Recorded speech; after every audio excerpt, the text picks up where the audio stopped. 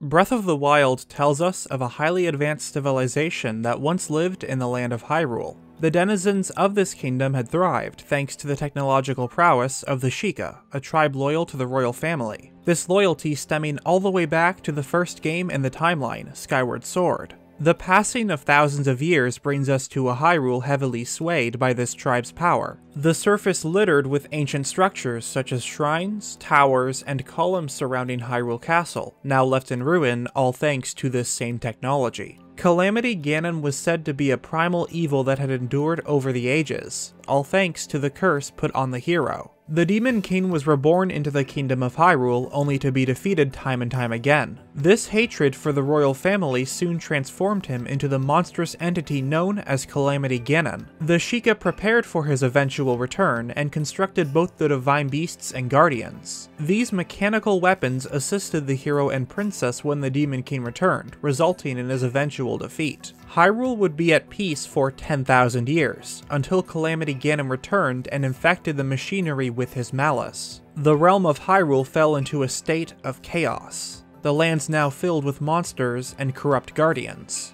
The ancient technology developed by the Sheikah contrasts that of the Kingdom of Hyrule, the shrines and towers acting as landmarks for the hero as he journeys throughout the wild. Many of these structures are covered with constellation patterns, which extend to the inner dungeons. Deep within Hyrule Castle, below the sanctum, lies a circular room covered with Sheikah text which spells out Laboratory. Creating a champion gives us more information, that the ancient Sheikah researched celestial bodies here.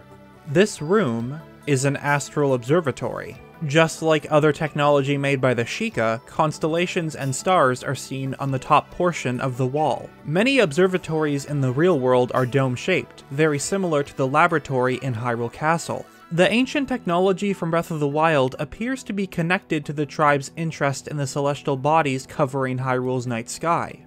Could they be key to understanding the technology of the Sheikah?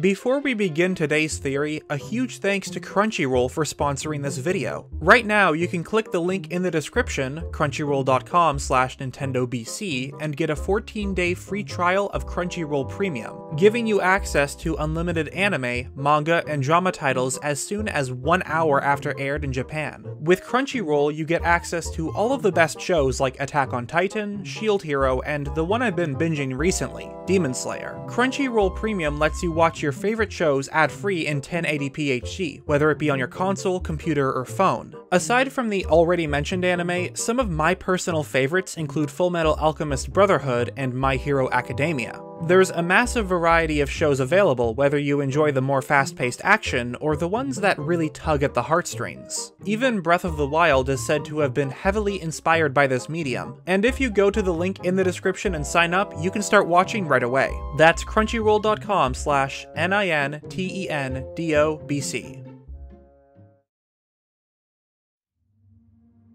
Ocarina of Time tells us of a time before spirits and life existed, before time itself. The three goddesses, Din, Naru, and Farore, had created the land which would become Hyrule. In their departure for the heavens, the Triforce was left behind and maintained balance in the world. It was locked away in the sacred realm to protect it from those who wished to use the relic's power for their own desires. The golden goddesses are said to be omnipotent and eternal. These deities have never physically appeared, but their presence throughout the series is abundantly clear. They are often the ones who appoint the hero that is destined to stop the Demon King, on some occasions intervening when Hyrule needed it most. The people were left without a hero following the events of the adult timeline, and pleaded to the gods for assistance. Hyrule was flooded by a torrential downpour of rain, temporarily sealing Ganondorf until another hero rose to challenge him. In Twilight Princess, 4 light spirits were appointed who, at the request of the golden goddesses, sealed away the interlopers and their dark magic. On multiple occasions, these deities are associated with the heavens. The story about the creation of Hyrule tells us that these goddesses departed for the heavens once their job was finished. This same tale been told to the hero of Twilight, with very similar wording. The endless downpour of rain which formed the Great Sea is said to have come from the heavens. Heaven is said to be a higher place. It's often viewed as a holy land that many try to enter. While it's connected to the world, gaining access is impossible for any mortal. Attempts for those to reach the heavens in Zelda often symbolizes a desire for power, or to have a closer connection to the gods. Queen Ambi was manipulated in building her tower to the heavens, so that she would go down in history as the greatest queen. Wind Waker has the hero climb a structure called the Tower of the Gods, and ring the bell atop the tower.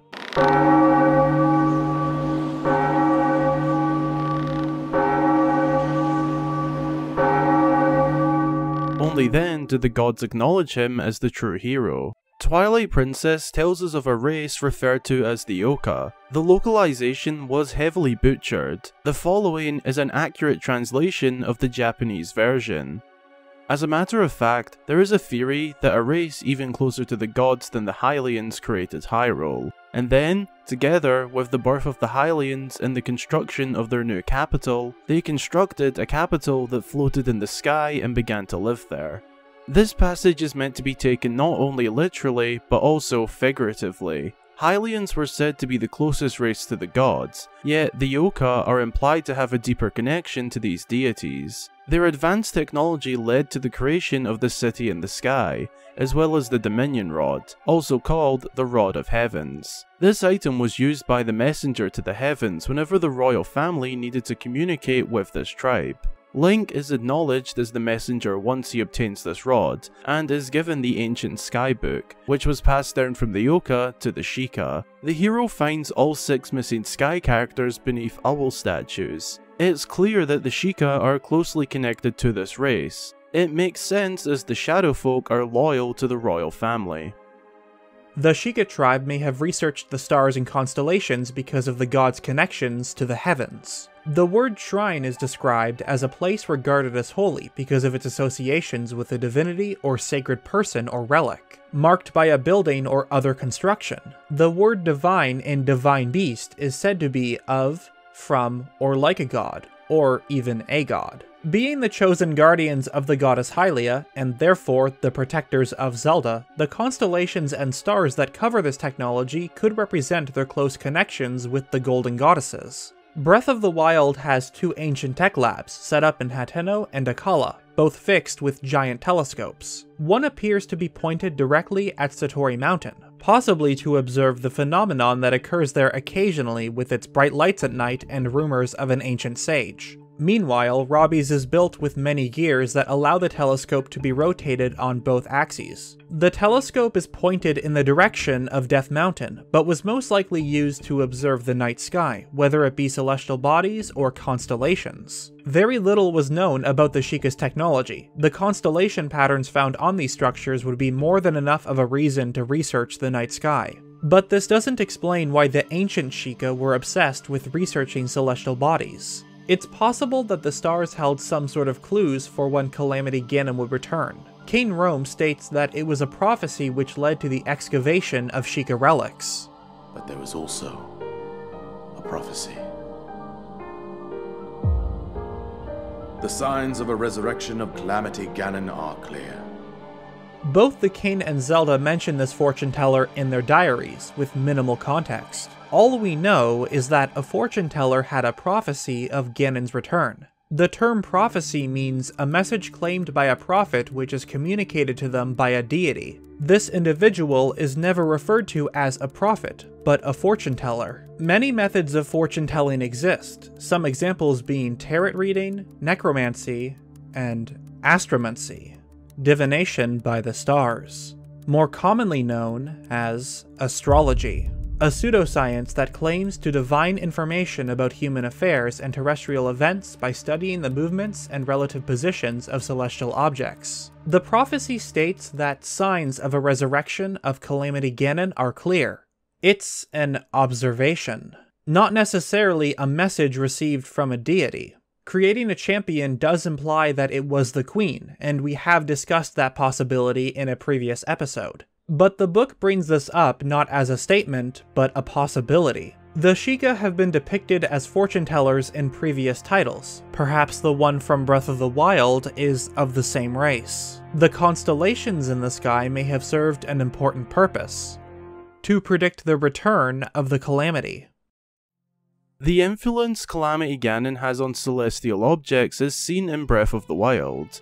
On occasions, the moon will take a reddish colour as it rises in the night sky. Malice appears on the surface and an event called the Blood Moon triggers, in which all monsters are brought back to life. These are the nights where Ganon's power is at its highest. It's possible that he had some influence on the stars and constellations observed by the Sheikah. Any irregularities were taken as a sign of him soon returning. It's possible that the Astral Observatory was built based on the 12 astrological signs. That's the same amount of walls that the laboratory has, though this is most likely a coincidence. Yet, while delving down this route, there was one thing that stuck out. It's what's referred to as the 4 classical elements. This idea was presented as a way to explain all matter in terms of simpler substances. These substances are earth, water, air, and fire. Breath of the Wild has you free the 4 divine beasts, Naboris, Ruta, Meadow, and Redania, all piloted by the Gerudo Urbosa, Mipha of the Zora, Revali the Rito, and Daruk of the Gorons. This matches up with the 4 classical elements, and while Naboris is associated with electricity, Riju states that this divine beast draws its power from the ground. But there's also a 5th element, one that would later be added to the classical elements. That element being Aether, also known as ether or quintessence. It's the material filling the region of the universe above the terrestrial sphere. Space. Japan's elements use a different term for this, void or sky/heaven, representing things not of our everyday life. The stars and matter in space are, by this definition, made from aether. Perhaps this is the divine energy that powers the Sheikah technology, the power of the gods. In the very beginning, the creation of the land that would become Hyrule, we see the golden goddesses descend from the heavens, along with what appears to be rain. It's a shade of blue, which looks very similar to the substance that powers the ancient technology, as well as the distilled liquid found within the guidance stones. The Sheikah may have been fascinated with the heavens because it's where their power had come from. The research taking place in the laboratory might have been an attempt to locate and harvest more of this energy. The Japanese name for the timeshift stones in Skyward Sword is the following, which translates to Space-Time Stone. Croton and I previously discussed the possibility of these powering the ancient technology, as several of the machine parts descriptions give the items a timeless feel.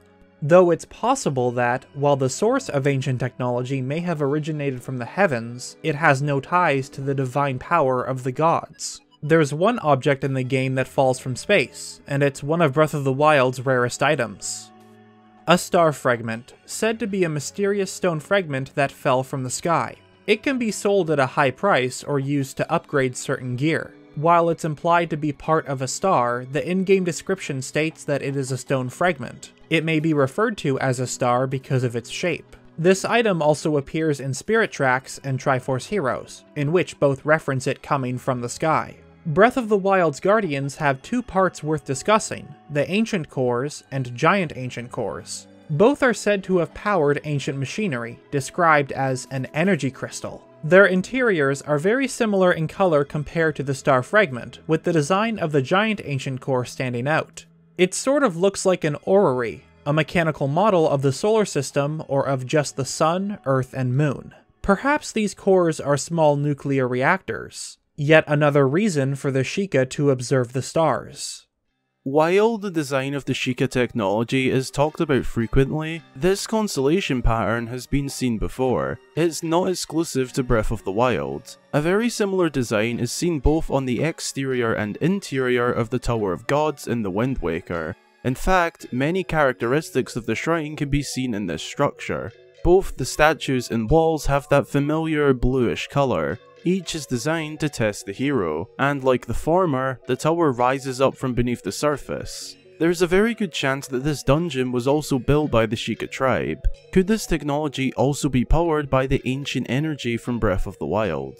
One question that's been frequently asked is whether anything can be found in the constellations of Breath of the Wild. While stars are visible in the night sky, no constellations in particular stand out. It's rather odd as Hyrule does have its share of constellations. In fact, 3 in particular can be found in games like Ocarina of Time, Majora's Mask, and The Wind Waker. The Big Dipper, Cassiopeia, and Orion. It's easiest to see them in The Wind Waker, when you're stargazing with Kamo on Windfall Island. A framed picture of the Orion constellation is found in Tetra's cabin, on her desk. There's another interesting chart in her room, one that is a picture of the Triforce. When the islands of Dragon Roost, Forest Haven, and Great Fish are connected, along with the islands with the Pearl statues, it forms this shape. If we treat each individual island as if it was a star, this would be a constellation. But that's ridiculous, right? Well, turns out, Big Dipper, Cassiopeia, and Orion are seen not only in the night sky, but also the water. 7-star, 5-star, and Starbell Archipelago feature rock formations that when connected, form these constellations. Perhaps Tetra has a framed photo of Orion in her cabin because she thought it was a sort of map or clue to treasure. If not that, it tells us that there are people within Hyrule who have a general interest in astronomy. This may be true for the Sheikah, though given how frequent this pattern is seen on their technology, it must be a deeper connection. The game Majora's Mask takes place in a parallel world called Termina. In the middle resides Clocktown, with 4 regions in the north, south, east, and west. It's quite similar to the layout of the Astral Observatory, as each wall of the laboratory shows a different region. In this case, there are 4 instead of 12. The Southern Swamp, Great Bay, Snowhead, and Ikana Canyon. Termina depicts a civilization closely tied to celestial bodies. Anju's grandmother tells us of the Carnival of Time, a celebration that begins when the sun and moon are in alignment. One of the side quests involves reuniting a couple. Each one's masks is called the Sun and Moon Masks. The Stone Tower Temple sticks out as its whole gimmick is the power to invert the dungeon. The Garo Master states that it shall rearrange things, in which the earth is born in the heavens and the moon is born on the earth. The biggest clues come from Sheikah, an elderly man who is an astronomer at the Astral Observatory. The walls and ceilings of this dome feature a moving picture of the night sky. The exterior of this building was changed, but in the original it was covered with constellations. Very similar to the Sheikah technology and Tower of the Gods. The pillars of the tunnel that connect Clocktown to the observatory feature more of these constellations, along with what appears to be pictures of the sun. There are sheets of paper scattered all around the lab. Most of them appear to be studies of the moon. One in particular stands out, a diagram of the moon hitting the Clocktown Tower. Sheikah tells us the following.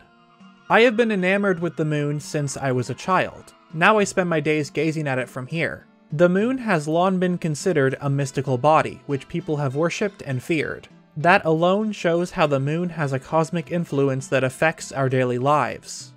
While Termina is separate from Hyrule, it proves that there are people who both admire and revere celestial bodies. Mystical is relating to mystics or religious mysticism, and inspiring a sense of spiritual mystery, awe, and fascination. The Golden Goddesses were most likely responsible for the creation of Termina. Theoretically, their divine power would be present in this world. The player can obtain moon tears, which come from the eyes of the moon. One is displayed in the Astral Observatory, including a paper which appears to be a study of the object. Sheikah states that this stone is valued by many within Clocktown. This blue should look familiar. It's similar to the color of the blue rain, and therefore may be connected to the goddesses. The bottom of the tear has the texture of a star in the 3DS version.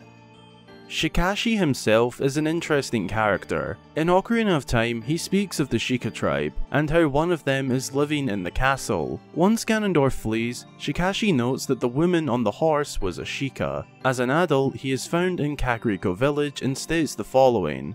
A long time ago, there was a man in this very village, who had an eye that they said could see the truth. Now usually, you have to train your mind's eye most strenuously to actually see the truth. But this fella? No. They said he had a very different way of doing things. His house stood where the well is now.